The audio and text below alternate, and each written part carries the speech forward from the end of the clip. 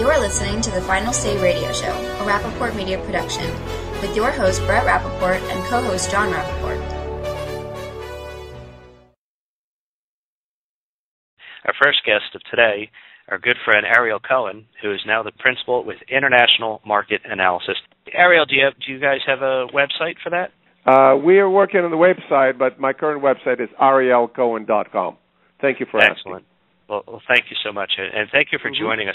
Now, Ariel, there's so many different things that we could discuss, but we tried to narrow it down. So we're going to try to get into today, and I think that in a sense they do relate. What's going on with Israel and Gaza, ISIS, which is, of course, surrounding from Syria now into Iraq, and I think that a lot of that stems from the fallout of the breakdown of Libya as well. And then, of course, the lack of leadership that we have been demonstrating here in the United States. And so, Ariel, when you look at the growth, I was just discussing an interesting article I came across discussing how, Al-Qaeda went from one location in Iraq to now operating in 12 nations. And, of course, our president seems to think that Al-Qaeda has been significantly diminished. In fact, without bin Laden there, it's like they don't exist. But that's not the case. And in fact, not only is Al-Qaeda as strong as ever, but now you have ISIS, which is an even greater threat. That's correct. And I would point out that the Clinton administration refused the offer from the Sudan to extradite Osama bin Laden because they were not sure, based on their lawyers' advice, that they will be successfully able to prosecute Osama bin Laden. So you have a government that lives in the world of its own. The president says Al-Qaeda is under control when a spin-off of Al-Qaeda, ISIS, which stands for Islamic State in Iraq and Sham. S is not for Syria, it's for Sham.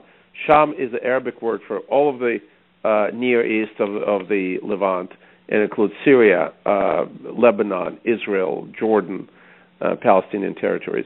So you have a situation where the administration is doing less than it minimally is expected to do.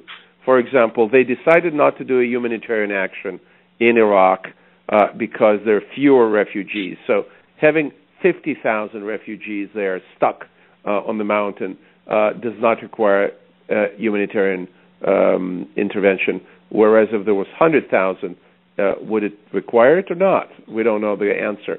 Now we see the Russian armored column moving into Ukraine. What are we going to do about that? Are we going to impose another round of sanctions that can be effective and threaten the Russian economy, or are we just going to wag the finger? The disaster in Syria is continuing.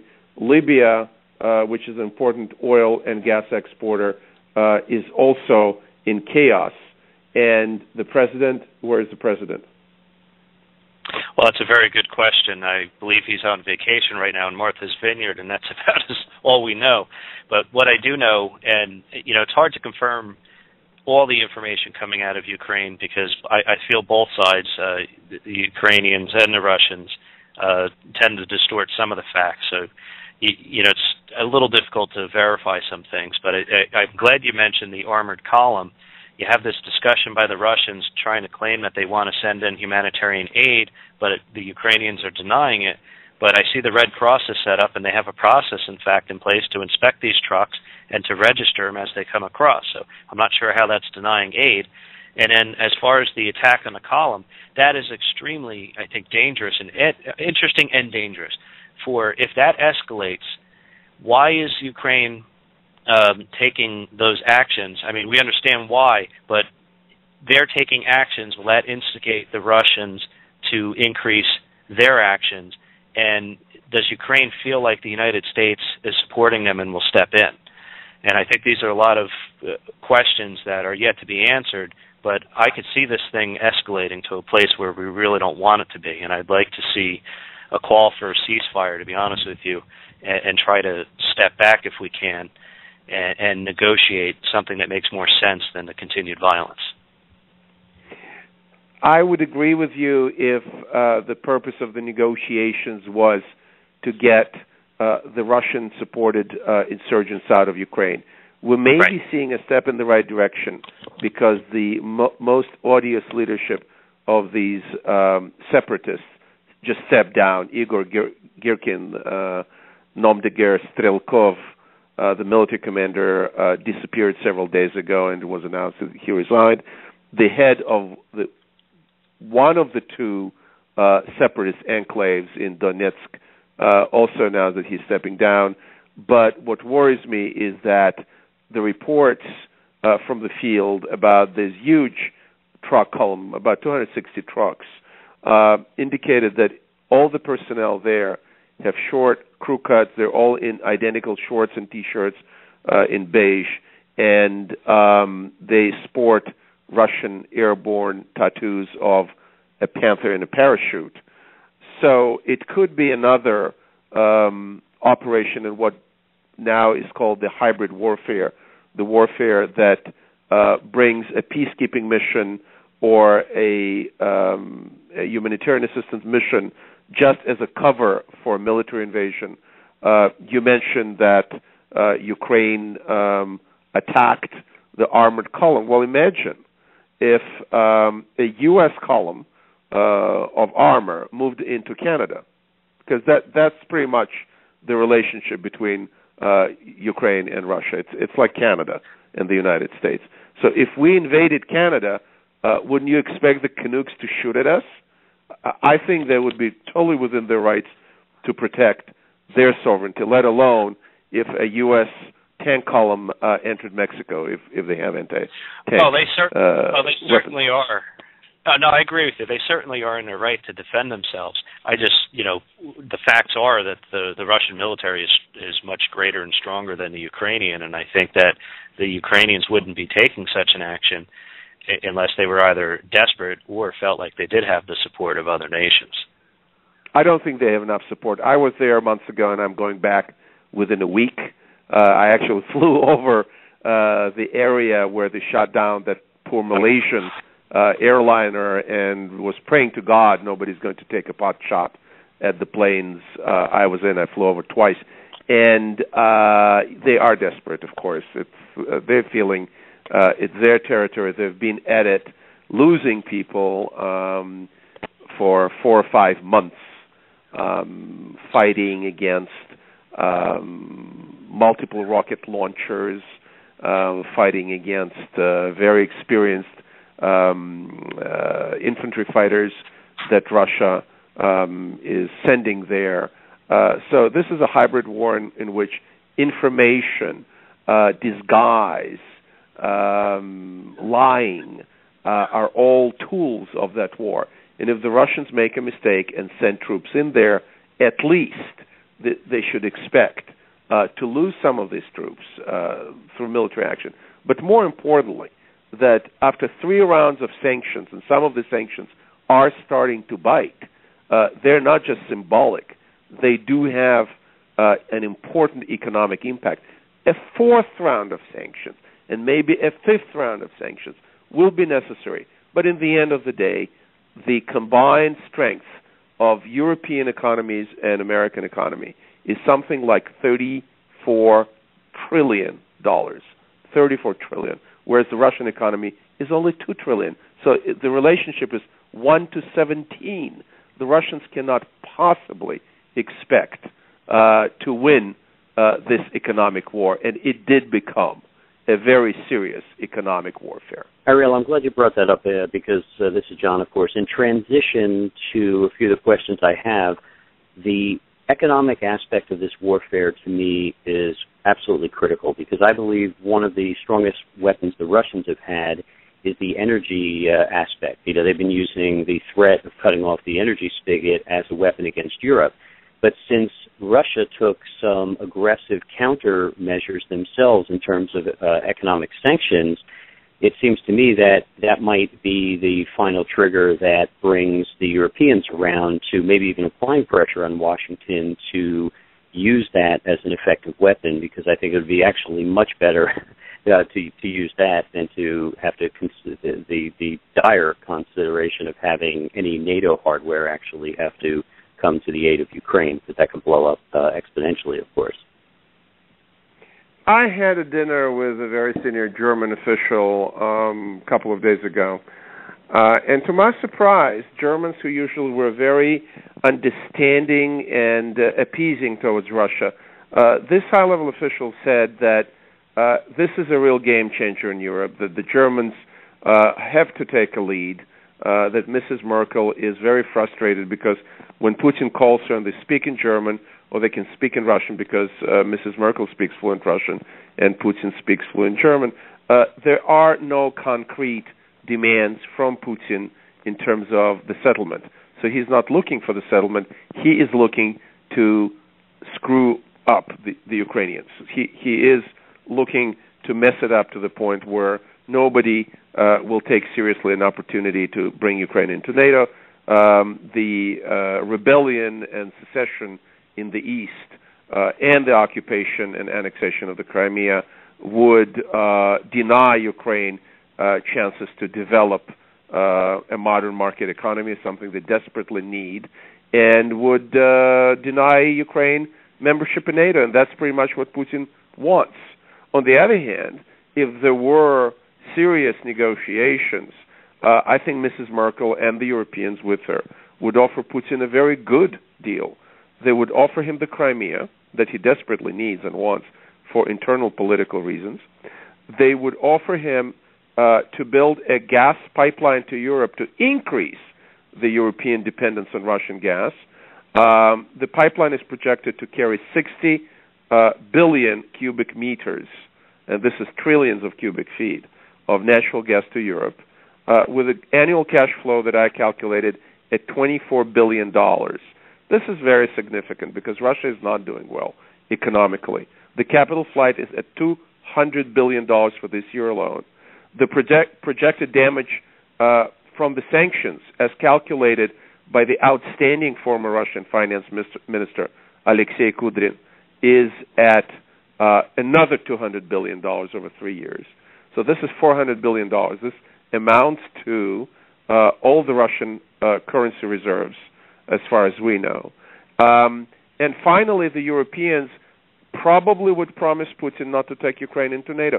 So Putin would have achieved all he needs through a negotiated settlement, but the price of that would be leaving Ukraine alone. And this, apparently, he's not willing to do just yet. Well, obviously, you're talking about enormous egos. If you assume that economics may be our best weapon to use, it seems like one of Putin's best weapons to use, certainly against the U.S., is destabilizing forces elsewhere, and he's been applying that very heavily toward Iran. So I have two quick questions I'd like you to touch on because I think they correlate to this. One is the Iranian equation. Clearly this president has been giving Iran all the time it likely needs to develop a nuclear weapon, or if it's already hiding one, to create the delivery systems. But if you look at the lesson that's just learned from Ukraine, why would any nation that's on the edge of getting nuclear weapons consider giving them up? Because they could see how little, in other words, if Ukraine still had their nuclear weapons, Russia's hegemony would have been cut off from day one. So I wanted you to comment on that, and then I also wanted you to comment briefly on Turkey and potential funding of terror that's coming out of Turkey, particularly if there's a correlation to ISIS. Excellent question, both. I'm really glad you're asking them.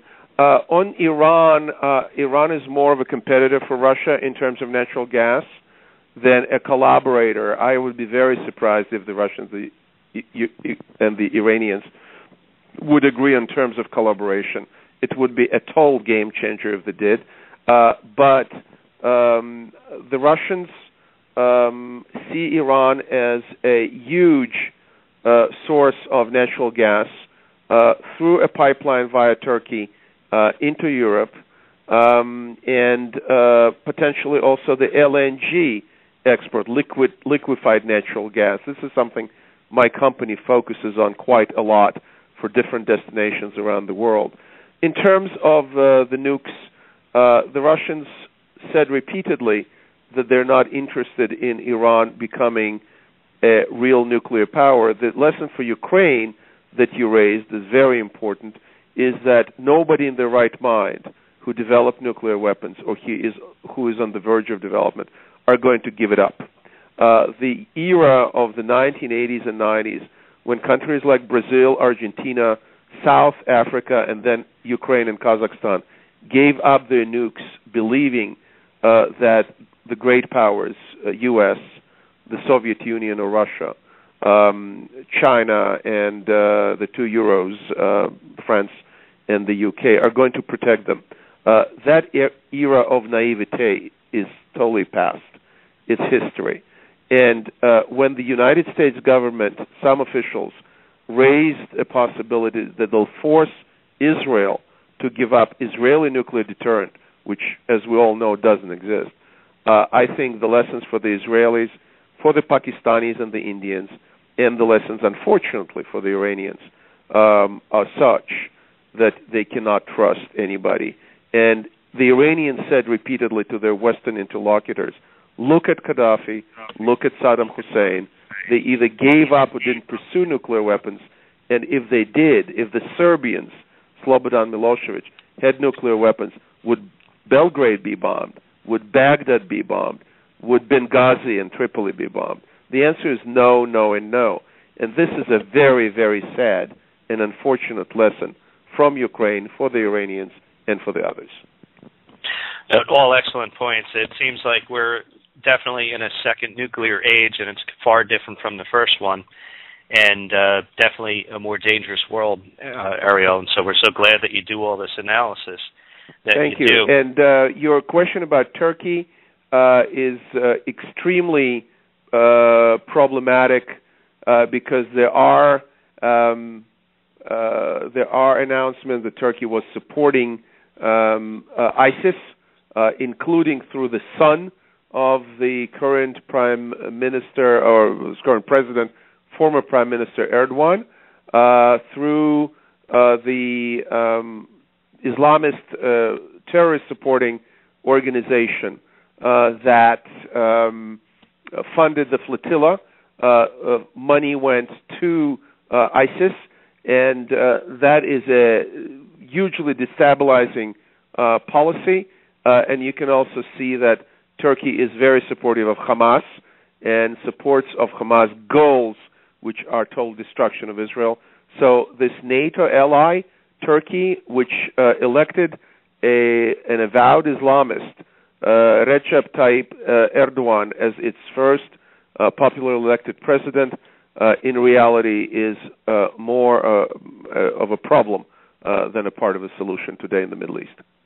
Oh, absolutely. You know, you just mentioned something that's important to follow up on, and that is Turkey's involvement supporting Hamas in Gaza, and you mentioned also supporting ISIS. I think that is a shot over the bow, and it must be paid attention to by Israel and Jordan and Egypt, and the United States better wake up, because you cannot allow the breakdown of Jordan, because then you'll have that complete connection of Syria, Jordan, Iraq pulling into support of Turkey with ISIS. And for years, unfortunately, President Erdogan was the best buddy of our President Barack Obama, and he said that he felt friendship, and he was closer to Erdogan than to any other world leader. Of course, now it chilled. It's not the same anymore.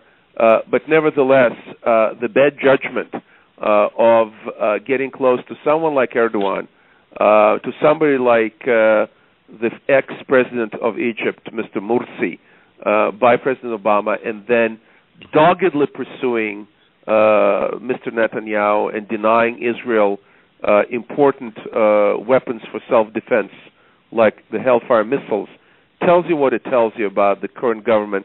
It is not surprising that Hillary Clinton, who is running for president for 2016, decided, of all things, to run against the president that she was the Secretary of State for, and not some Republican candidate.